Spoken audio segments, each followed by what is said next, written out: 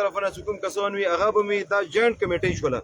ورسا به خپل بیان وکړي هغه نه ما سوا حکومت کوم موقف هغه به خپل پیش کړي دغه کومه جوینټ کمیټۍ د دوی څه فیصله وکړه چې کوم مجرم او کوم ګناهګار و هغه خلاف به کوم اف آی آر شوی ده په زمینه کې دی جرګې ورته کوم بیان ورکړلو هغه بیان به غزه کې دوی ورسره کوي هغه نه ما سوا مزید آینده د پر اساس کې اسمه واقعیت به نه کیږي هغه روکتام د پر به ان شاء الله دغه کومه کمیټۍ دی کومه جرګه ده د حکومت سره خبرې کوي مخکې داسې کې اسمه واقعیت شروع اوس مو شروع آینده د پر به داسې نه کیږي ان شاء الله دغه حواله سره دغه جرګه په پرپور طریقې سره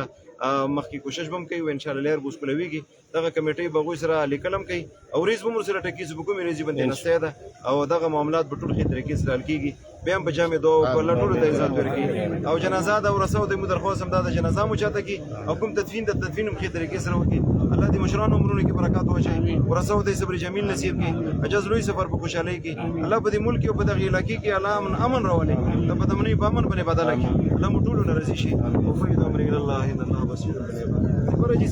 دلبرجي سي جنازه غاړي